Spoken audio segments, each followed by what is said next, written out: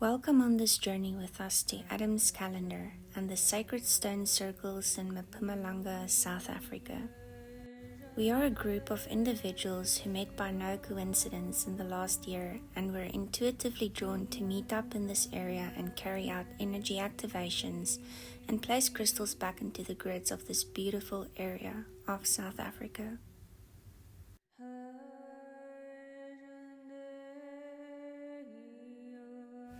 We embarked this journey with our incredible guide from the local area, Edwin Chitapi.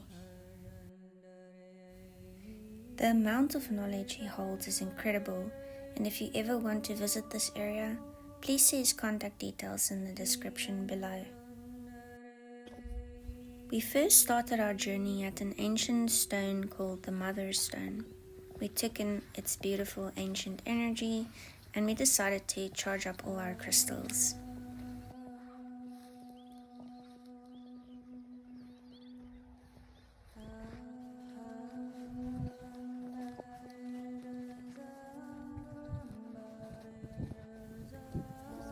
We brought a Lemurian quartz for Adam's calendar to act as a conductor for the masculine and feminine sacred circle integrations, an amethyst for the masculine and a citrine for the feminine, to both ground in the new energy for the current shift. All these ancient civilization sites are actually mathematically inclined. They are actually quantum mathematics arrangement of figures, like the one where we are going to, which is Inzalo Yelanga or Adam's calendar, is an alignment of the 33rd, which is the 333, and also a 666. So there are certain points that I'll show you where you've got the Horus bed. The Greek call it Horus bed, and here the Chimetians call it Heru. It's the same meaning. And then you get on the portal of the equinox marker, when the sun is above the equator, it also shows the point of 3.33. And then when you go on the northern side and southern angles side, you are going to find the head of the serpent and the entry to the temples of Amen-Ra. They also give you a diameter or line which gives you 33.3 on the same alignment. So it becomes a total complete stone circle. Even the Egyptian pyramids, when you also put this alignment of the Sphinx in the alignment with the three stars of the Orion, which are Onilam, Onitak, and Mintaka, and you put a circle around the corners of this, it becomes a complete 30-meter diameter from the center to the apex, from the center to the apex. Against circle geometry, it goes to 333 or 666 or 999 again, and 999 is a point of creation. Yes, it's yes, that's the highest point of From here we proceeded to the burial site of the last king, as you will hear Edwin explain in a moment.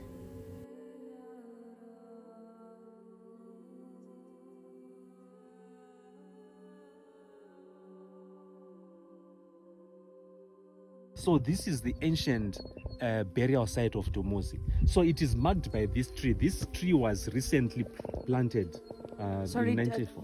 Dumuzi, the last Son of Enki, yes, the last son of Enki. So he's the last son of, he's believed to have been the last son of Enki. Because when we go to the research, the historical research, and the interpretation of the cuneiform texts, we are going to find that in the king's list, we've got this name.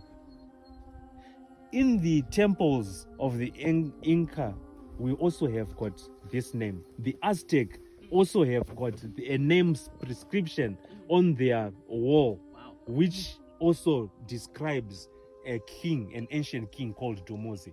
Now, when we come to the Chimetians, they talk of converging at the burial site of what? Of Dumuzi. Here we are. Yes. Doing the same thing. And Baba Credo Mutwa says, we converged at this particular site for a cleansing ceremony, which is the burial site or burial ground of Dumuzi, who could possibly have been one of the 7 kings of who ruled the planet.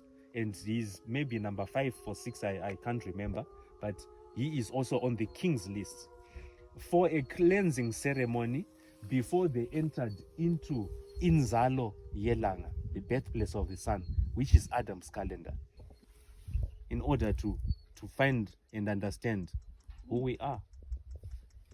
And this is the place where they converged. So he talks about Dumuzi. Zachariah Sitchin and Credo Mutwa were in the same timeline. One was in Europe, the other was in Africa.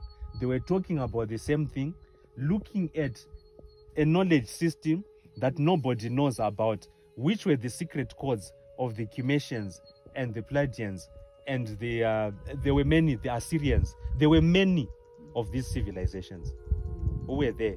But the ones who made it possible for history to be reignited into our modern sphere civilization were the Sumerians, who actually adopted a system of writing and knowledge systems of what? Gathering information and creating libraries, which were in the cuneiform text. And this happened in Mesopotamia. And the Tigris, yes, Mesopotamia, the Tigris. And this is where most of the information in Iran and Iraq, areas of Babylon, where this information was actually kept. From the burial site, we then proceeded to an area called the workshop on our way to Adam's calendar. This area is scattered with different stones and stone carvings. So what we can see here is, you can see that there is dolerite rock. Now this dolerite rock is just placed on top of the ground. So it could probably have been a workshop. If you look at all the other surrounding areas, there's no place which has got these rocks here. Yes. Yeah, when you take those people who do stone masonry and what, and you bring them here, they will instantly tell you that this is a carving. This is a what? It's a carving. You can see the spinal alignment, which is this, yes. Wow. And then how, when you look at the center there, We arrived at the calendar at exactly 11 a.m. and began the light language meditation at 11:11 a.m. for all the grid activations. It was incredible to hear how the vortex amplified all the frequencies. This specific meditation track will be reposted on this channel in the next video. If you would like to do the meditation in your own comfort and space, here are a few clips to hear the amplification.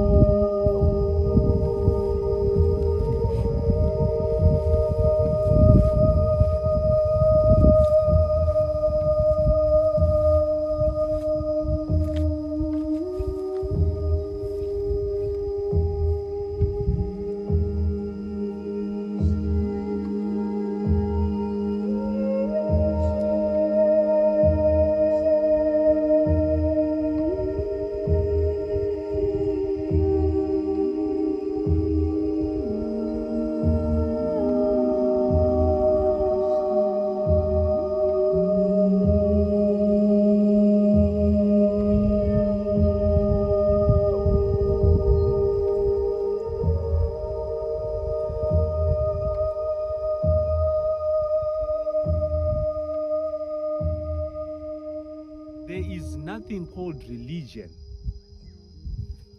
There is only spirituality, the worship of what? Of the spiritual what? Sun. So when you hear the sun was above the temple of Amin-Ra, the depiction is also here. The Horus, you find it here. You find it at Great Zimbabwe. You find it in the temples of Amin-Ra in Egypt. You find it in the Mayan. You find it everywhere. It's totally in all these civilizations. You find the depiction of the Horus. What we have here is we have the Horus bed. This is the Horus bed. It has collapsed. And this Horus, the Greek philosophers, the Greeks call it the Horus, but the Chimetians call it Heru. It's the same thing. When you hear Heru or the Horus, it's the same thing. What you find in Chimetian philosophy, you also find it also in the Greek and Persian and all these Assyrians. You find the same things. So what we have is the Horus here, but this is the Eastern alignment. So the Eastern alignment has got also 3 other markers, which are Aunitak, Aunilam, and Mitaka, the 3 best stars of the Bellatrix. Those are the constants. And that's which, the Orion's yes, belt, right? Orion's belt. Yes, of the Orion's belt, yes, which is also, yes, the Orion's belt. So you find that they've also collapsed. So if we reenact the Horus here, and we reenact Aunilam, Aunitak, and Mintaka, the pyramids of the Egyptian pyramids are also aligned as the same stars which we get here. So we find the Horus or Heru being the protector or the watcher of the Orion what? Of the Orion belt. We are talking of spirituality now.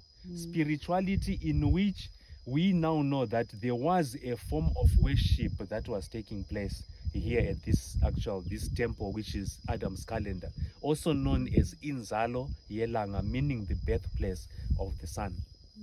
So Inzalo Yelanga, it is during the winter solstice that you see the sun rising up from the north. Remember, the whole situation says you cannot measure a moving object. So the theory is you can't measure a moving what? You solstice terrain, you wait for the sun to stand still so that you can actually start calculating backwards quantum mathematics to calculate where the sun extreme alignment is from the north going back towards the south. So it's like a pendulum. Yes, there is a point which is the zero infinite what? Grid, where the pendulum stops, but it only stops for a certain amount of time, which is when we mark the winter solstice in the southern hemisphere. This is where we call this place the birth of the sun, because that sun during winter on 21 June in the southern hemisphere, it will be coming out between those 2 markers. It will be right using Kepler's laws of planetary motion. You find that it will be aligned with those 2 central markers, those ones. Yes. And our 3D area of marker will be in the south, in the southwest. That is where our alignment will be, through the center of the vortex to the north pole, where the sun begins to reverse and come back to its original position. The sun doesn't go all the way to the North Pole, does it? It only goes to the it goes Capricorn, right? to the Tropic of Cancer. The Tropic of Yes, Cancer, the right? Tropic of Cancer, and then it comes back after it reaches the most extreme alignment. It starts to return. So this was very it's very advanced Fibonacci mathematical calculations in which you use the archaeoastronomical alignment processes. What did you say, the Astronomic, archaeoastronomical? yes. Oh, I In like mean, that. we align archaeological site on the plane surface of the earth with the stars. We align that with the stars, yes. And whoever was doing this, you don't align something to something that you don't know.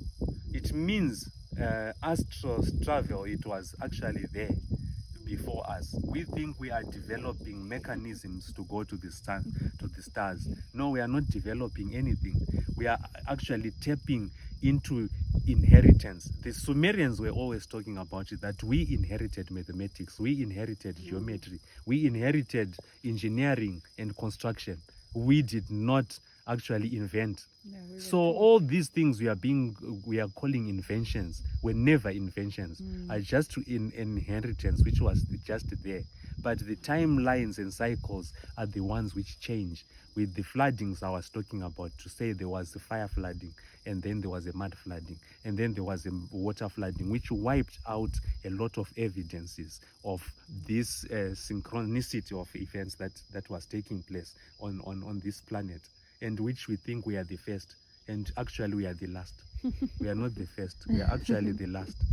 This generation is the last generation. And the yes. last will be first. Yes, and the last will be first if they were not first in the last time they were there. So we think now the manifestation of the wind flooding is coming into effect. So what we are going to do, we can now go and then in the museum, I think you've seen these places, and then in the museum we can then talk about all the alignments here, because we'll be having the aerial photographs of these places. We also have the head of the serpent. We are talking of the feminine energy grid. We are going to go there, where they had the feminine energy grid of rebirth. Now, people should respect women. No scientist can make pure alkaline water. No, not on this planet. Even those who have passed through the doors of Harvard cannot make alkaline water. It is only the womb or portal of a woman that can construct alkaline water in its purity and in its perfection.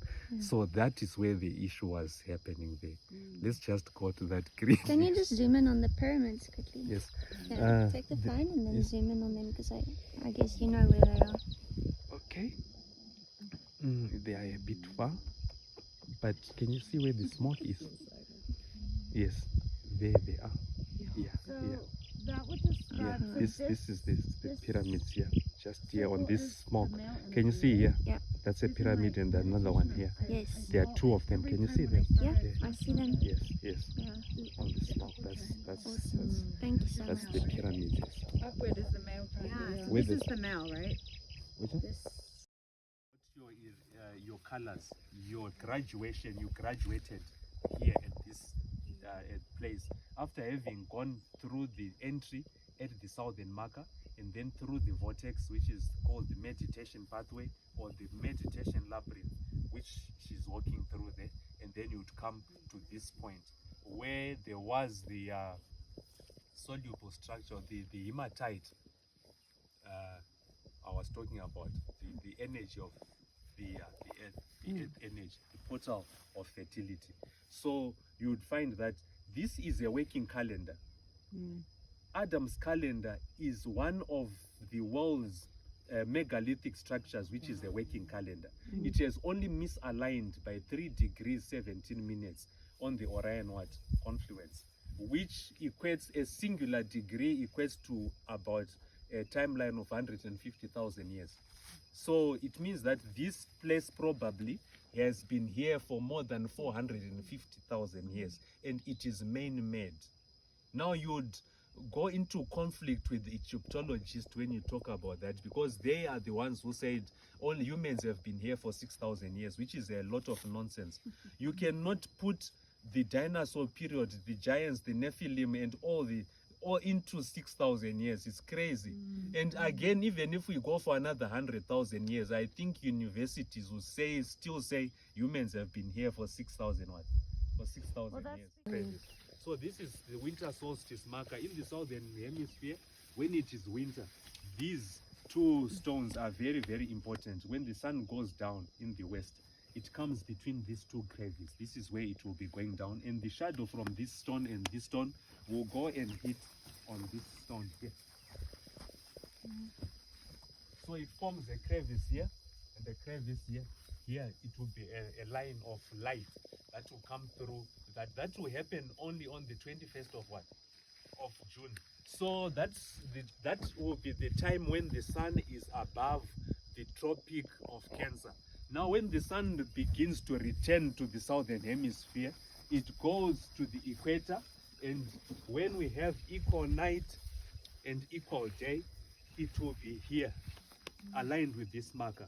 So the sun will go down behind this marker. This will be 22 of September. You find that the sun will arrive on this marker, and the shadow of this will go and manifest itself here on the central pillar, which is on this marker here. And you see a black crevice like this. Now on 21 December, where we are going to, which is the summer solstice, the sun will be in alignment with this marker here. So this is the marker which is called the summer solstice alignment. And the shadows of this will come and manifest themselves on here, on this. So the sun now is completely in the southern hemisphere, and it is going towards the Tropic of Capricorn. So that is a marker which is very relevant to the 21st of December during summer, when summer starts in the southern hemisphere, and the sun, when it stops on the tropics, it starts to return back again and passes through the equinox, and the sequence starts to revolve again and starts all over again. So mostly we would say that this calendar was probably actually created during winter. You don't need the sun in order to create a sundial. You don't need the sun to create a what? To create a sundial, you don't need the sun. You also don't need peaches to create a peach pie. So it's just the same. What you need is to wait for the sun to stand still. So when the sun stands still, solstice terrae, the sun stood what? The theory is for the sun first to stand still. Then from there you can actually map it out on the reverse plane where it is going back to its original point. So that is Kepler laws of planetary motions. That was actually Kepler who was, this theory has been proven 450 years to say that this is exactly what was actually transpiring. You don't need the sun to create a sundial, and this is a sundial, and this is a megalithic structure, a working calendar which has only been misaligned by 3 degrees 47 minutes, and that alignment, you can actually see it when you take your magnetic compass. If you come from this side and you get in through here, what happens is your compass will spin 180 degrees to the north, and when you get in through the other side, it would spin 180 degrees to the south, meaning this is a what? 180 plus what? 180. You get a 361. So this is a vortex. So 360 vortex. This is a stone circle, a complete stone circle, which is here. And this is the center of the toroidal field. This is what we call a black hole. NASA calls it what? A black hole. It is actually what? A mirror image of your Bellatrix, the golden mean spiral. This is the golden mean spiral, reenacted on the surface of the Earth. So let's go and Yeah, you may. As we exited Adam's calendar, we came across one of the locals who told us about the natural sage she finds in the area. Yes, of course. This one is my Thank you favorite. so So much. you're so welcome. So what do I do? Dry it up, Yeah, right? just dry it, and then when you want to call in your ancestors and Yes. just honor your space, you Yes. just burn it and it'll clear the This space. is really, really good. Yes, Yeah, yes. this is really, really good. And this one is also, and it's so amazing because depending on the season, how it will grow. Yeah. Even this one. Wow.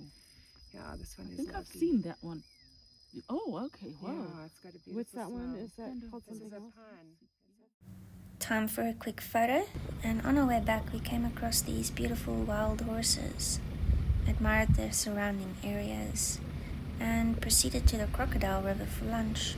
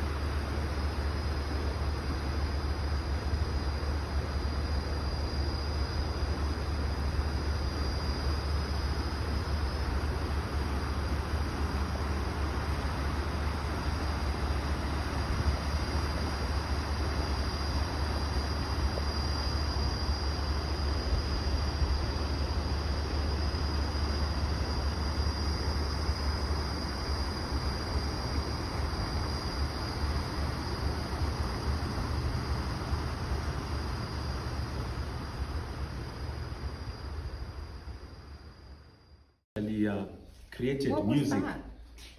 Which one? What do you think this was? This is a fragmented fossil. But what part of, what yes. is the fossil of what?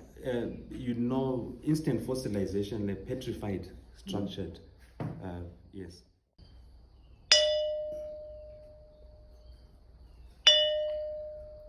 This is what I was talking about, doing this inside water. You structure the water in this way, crystal with crystal. This is amazing. So here, these are the ringing stones you've heard of. And Where they can are we Dover. get these? Where can I get these?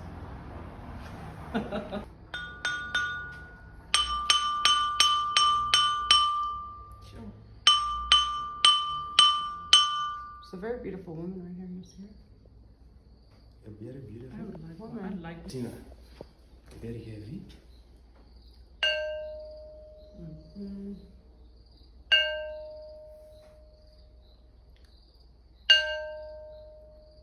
These are the ringing stones. Now, we produced music.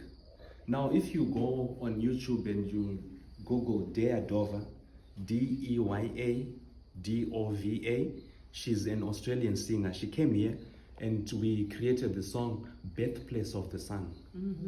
You're just gonna see it. Then also the singing stones.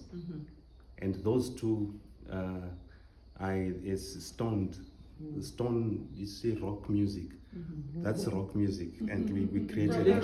Yes. So that's rock music. When you hear that there's some rock music, they're actually saying go to the Stone Circle Museum to play rock music. Yes. So it's actually dolerite, and it seems like it's metal. But if it's a fossil, then we know that it could probably be blood. Congealed blood can also ring like metal. Yes, when you've got congealed blood inside a structure and it's petrified, you also have a lot of iron inside. Inside this, and it also rings like a bell. Yes. So all the stone circles are created out of. Is this what you're talking about? Yes, that's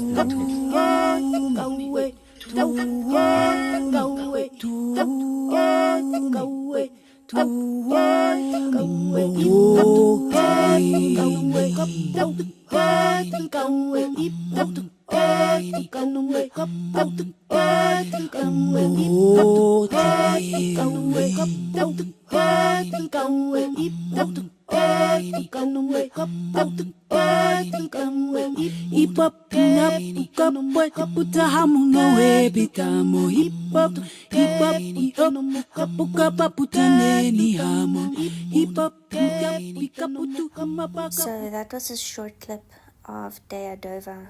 The music is available on YouTube. It's incredible music, and it will take you into this complete feeling of these sacred sites.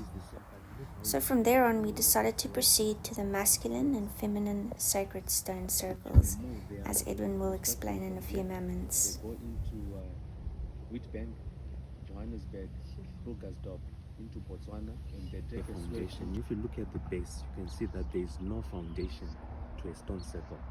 And the original stone circle is completely enclosed. Where we have arrived here, these are the stone circles of South Africa. I was saying the stone circles of South Africa are the largest cluster of ancient stone cities found anywhere else in the world. They cover an area of almost 500,000 square kilometers of land. And these are the most here in South Africa, in the world. There is no other place on the surface of this planet that has got more ancient stone ruins than South Africa. So I'm very surprised why South Africa cannot actually attract tourism. The arts and culture and heritage has got nothing to do with these ancient stone cities. But now they are very unique in that they are constructed out of just one elemental rock. All the visible 10,000 plus stone circles are actually constructed from dolerite rock. This is the rock that we saw at the museum that I was, yes. And this rock does not exist here in Watervoopoven. This rock here is foreign in this place. The rock that is here is actually mudslate. That is the bedrock of this place. So this rock, which is a plutonic gabbro, which is dolerite, the nearest place you can get this rock is Swaziland. That is about 200 kilometers from here, because Swaziland has a natural bedrock of dolerite, and it makes Swaziland number 2 in the world for lightning strikes, because this rock actually conducts energy, electricity. So here the stone circles don't have a foundation. I was saying they cover an area. There are many here in Waterville, Carolina, Middelburg, Witbank, Johannesburg, Krugersdorp, into Botswana, and then they take a swerve into Zimbabwe, where ironically Zimbabwe is named after this stone circle. Zimbabwe meaning the house of stone, and it is also constructed out of dolerite, Great Zimbabwe ruins. And from there you go into Zambia, Chingali, you go into the Kenyan Great Rift Valley, and then you go into a country called Mauritania on the west, where you've got the inverted pyramids, which are upside down in there, and then you move into the Sudan. From the Sudan you move into Egypt. This is a cluster of ancient stone ruins that come from Cape to Cairo, that cover a grid of almost 500,000 square kilometers of land.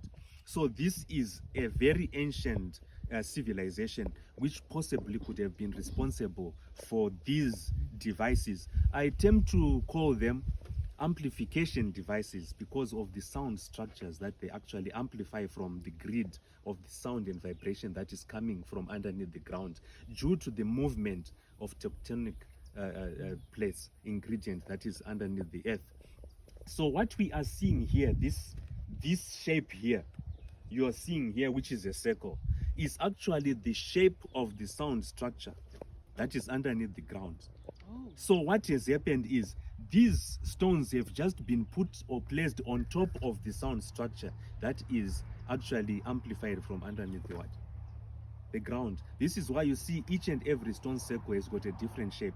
There is no stone circle that has the same shape as the other stone circle. What we have here is 2 sound beam structures, which are known as the Mary and Joseph energies, or male and female energies.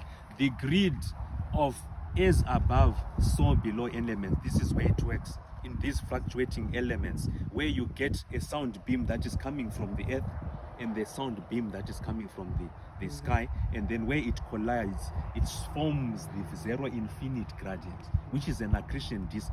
This is also as above, you also get the golden mean spiral, which is the Milky Way.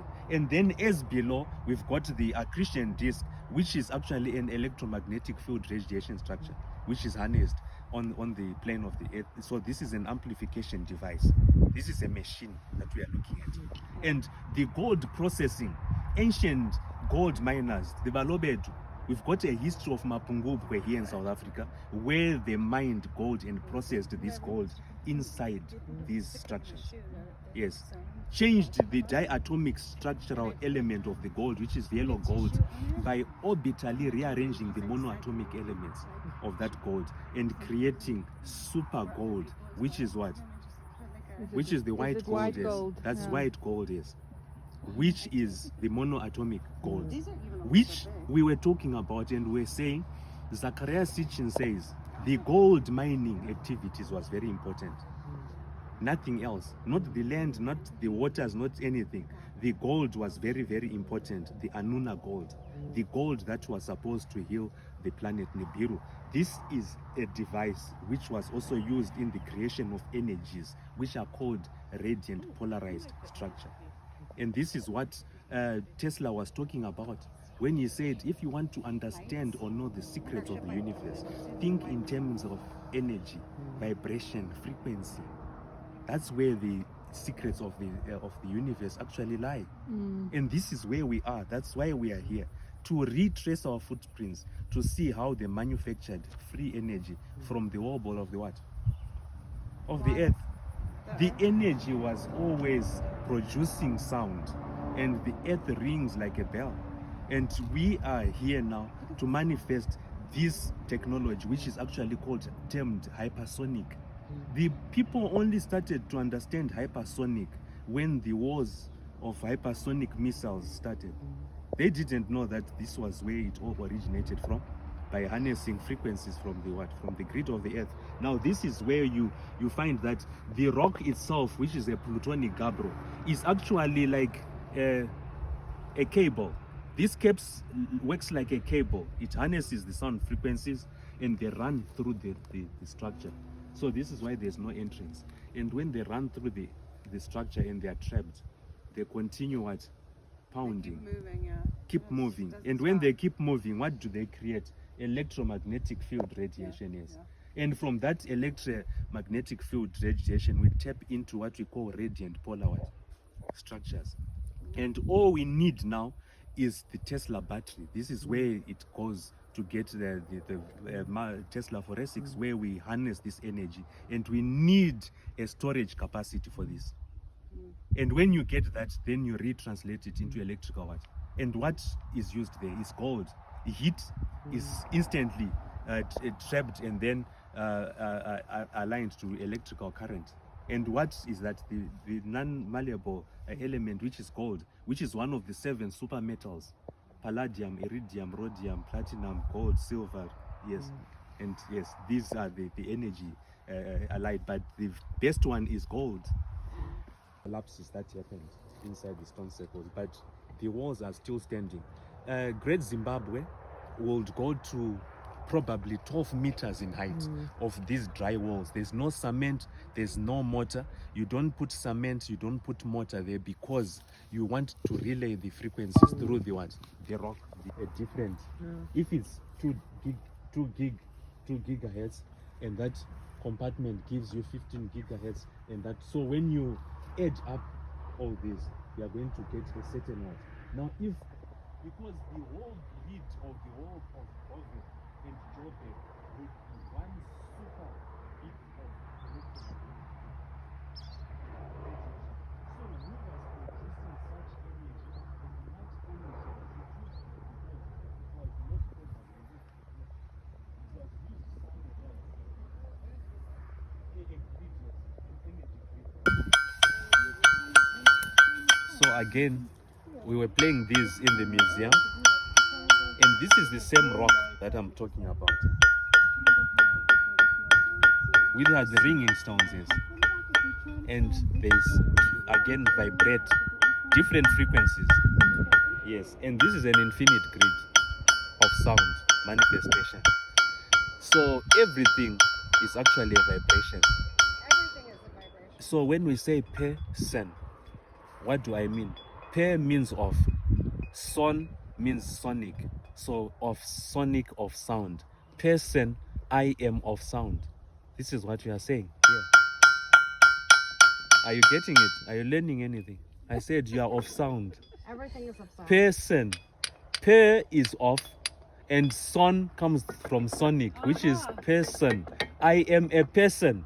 I am of sound. This is what you are saying. Finish. And here we are. In the southern hemisphere, the resonance is anti-clockwise, and it creates a compass which looks like this. You can navigate anywhere in the world using. You don't need light, you don't need the sun. All you need are the stars and the alignment of the Southern Cross. And when you've got that, you can go at sea, you can go even on land, you can any place on the surface of the planet. So it's the feminine alignment. So yeah. Just put it maybe There. yes, there. Yes.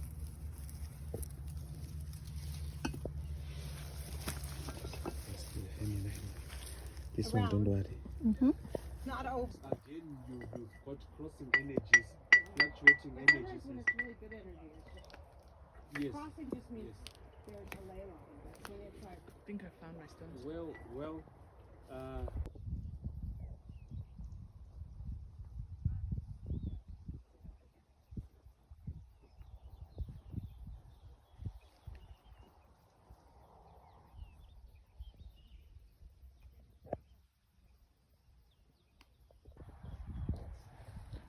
the yin yang, the figure of 8, is actually a fertility symbol.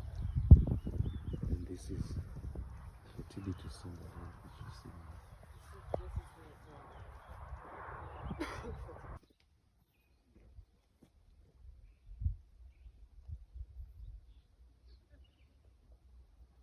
the yes, that's the yes. So it's always like somebody was winding something center of the altar. Both, yeah? Yes, in the altar.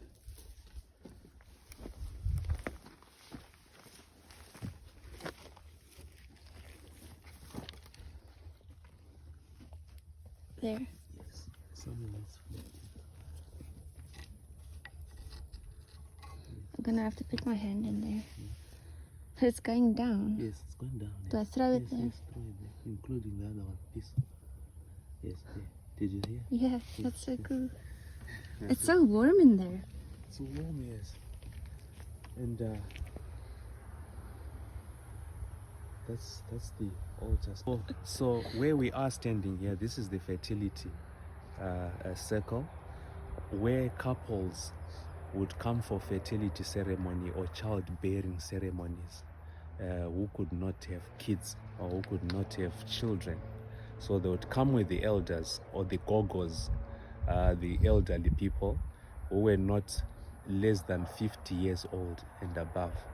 And then they would come for childbearing ceremonies. You know, you've got a male who is important or a female who is important and the male is actually fertile, or you've got both partners who are infertile, or you've got both partners who are fertile but cannot conceive.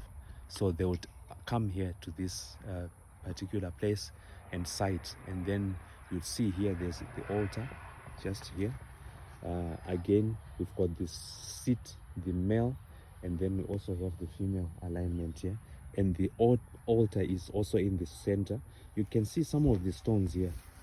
Some of them have like grids where like something was being poured. This is not just a normal erosion on a rock.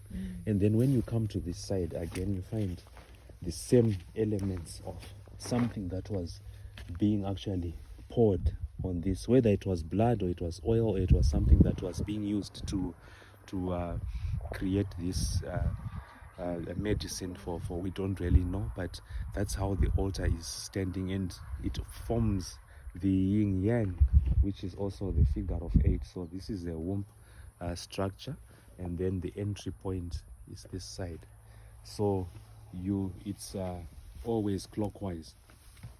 The entry is on a clockwise direction, and then when you get out it's anti-clockwise, and that's the element of the infinite point chakra. And this is the fertility, the only fertility stone circle that exists on the planet of this earth. Most of these ancient fertility symbols, you only see them inscripted in temples. The Mayan temples, the Aztec temples, the Egyptian temples, all over the world, the Dravidian temples in Southeast India. But now, here in South Africa, in Water of Boven, it is actually created. This is actually a symbol that is created on the ground. So if this symbol is destroyed, then we don't have any fertility symbol one can visit, other than to see them inscripted on the walls of the temples. So South Africa should actually make heritage laws that should protect these ancient civilization sites. It's a very paramount importance that these structures are actually protected, and basically through an act of parliament. And if we don't do that now, then we will never. All this heritage and historical information will be destroyed, and again civilization would have lost. So thank you very much, and enjoy your day. Yeah.